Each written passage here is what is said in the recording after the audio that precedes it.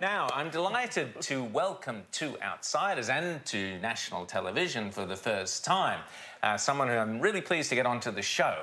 Her background is in that she studied science, she studied meteorology, so we might be talking climate change. But more importantly, she was at the Australian Tax Office, the dreaded ATO, where she worked and she blew the whistle on some activities there, and she's going to tell us about that. But now she is standing for One Nation in the South Australian Senate position. So I'm delighted to welcome two outsiders, Jennifer Game. Jennifer, how are you? Fine, thank you, Rowan. Thank you. You've a great, fascinating background. Let's start off talking about your time with the ATO, with the Australian Taxation Office. Many people sort of freak out when they hear those three letters, but tell us about your experience and Project Wickenby. So the last work that I had was in Project Wickenby. My last 6 months there wasn't great because I was put into Coventry. I was sitting at my desk. I had no work to do. And when was this? This was in 2007. Right. And the reason... Why were you put into Coventry? Because I've become concerned about the way that Project Wickenby was being managed, particularly in relationship to the use of the Commissioner's powers and the relationship of those powers when working with other agencies. Sorry, just for our viewers, can you give us a bit of background? Which was Project Wickenby again? This was a fraud investigation? So Project Wickenby was looking at high-wealth individuals and trying to get them to pay tax, essentially. And it was a unique project in that it involved a lot of other agencies, and as a result of that, people felt that they were going to work in a very different way, and they forgot about the law, and the law just didn't change. As far as I was concerned, the law, the only way to, if you like, get somebody is to get them as a model litigant and getting them the right way. And so I didn't see that happen. You were concerned that they were using kind of star power, going after the stars to get publicity for the whole thing. I was concerned about the choices of people, but ultimately I was concerned about the actual way they were going about it. And what happened with your concerns? It led to a... So I tried to do the right thing, which is I raised that with my immediate boss, and I raised it and I didn't get anywhere, and then I tried to raise it again, then I didn't get anywhere. So I documented everything that I had, because the ATO is very keen on, you know, paper. And so I documented everything and I sent it to the Commissioner. And the moment I sent it to the Commissioner, that was it. No work, no staff, suddenly had no staff, suddenly had no work, and nobody spoke to me. You're in the freezer, no one will talk to you. So what happened at the end of that? Well, the Commissioner was great. I have to say, Michael Cumberty was great. He started an inquiry. He got Dale Boucher, who had been the brother of the former Commissioner, but he was also a very good person in a lot of other ways, and he conducted an inquiry. And as a result of the inquiry, 8 other people came forward with similar issues to mine, and the report was published, and the ATO just decided to implement all of those. So well done. So you made change happen. So change happened. And then you decided to leave the tax office. So I decided to leave. Well, I was sitting there with no work and no one speaking to me, so it was really a hard... So the bureaucracy, you were punished for being a whistleblower. Yeah, so this is how Canberra works. So this is how it works. And what they did was they inadvertently created the opportunity for my next job, because my name was in the paper as a result of the Boucher inquiry. And so a small legal firm got in contact with me and offered me work. Right. So whereas I thought that that was the end of my earning days, actually it wasn't. And so I got to work on behalf of some people who were involved with Project Wickenby, but for whom I'd had no involvement in the ATO. So how did you then come to One Nation? So I met Pauline Hanson almost by accident, very shortly after she was elected in 2016, and I thought, oh, right, I'm going to take the opportunity to find out what she wants to achieve and what she's going to do, and I talked to her about that.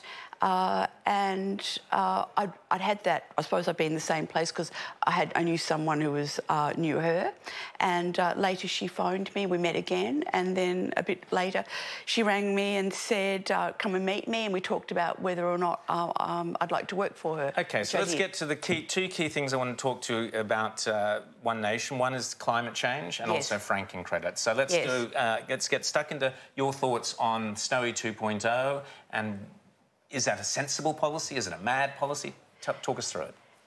Last year, the government, with Labor's support, decided to pay Victoria and New South Wales $6 billion to buy their shares out of the Snowy company. And they did that so that they could own all of the shares and then go and borrow a further $4.5 billion. So we add the 6 and the 4.5, we're up to 10.5, and it's going to go a bit beyond that. So let's say it's $11 billion. So this project of $11 billion, well, what is it? And the first thing is there's an existing reservoir from the old Snowy project and up here, and there's another one down here. They're going to connect the two of them with a tunnel, and in the middle, they're going to put a new power plant generating.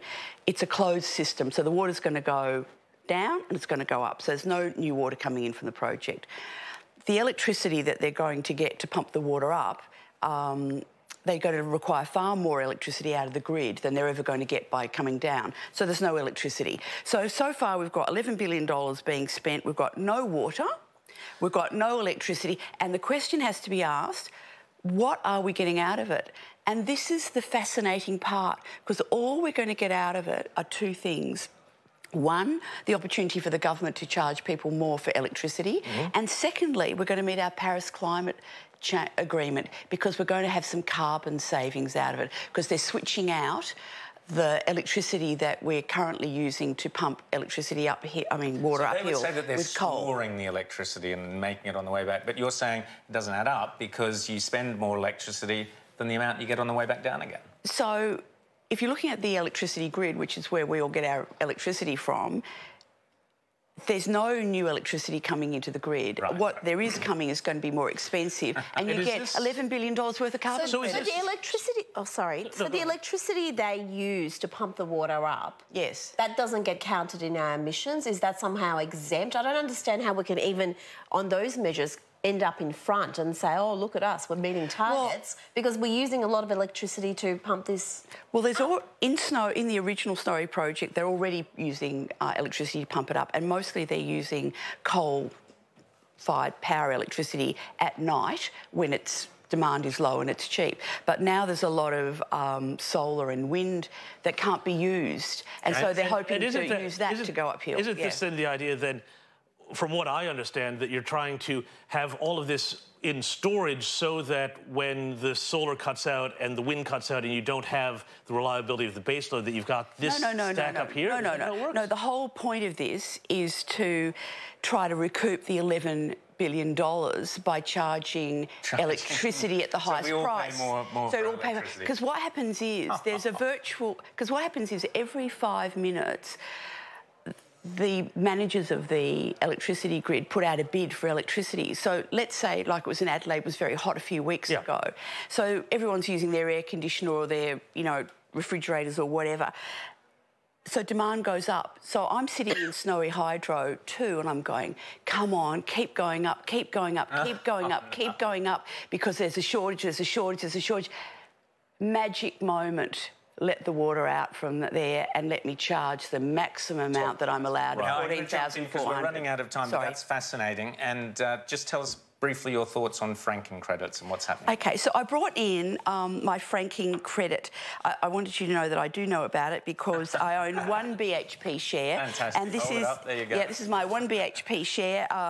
Accident. I have owned a few more in the past, but I don't now.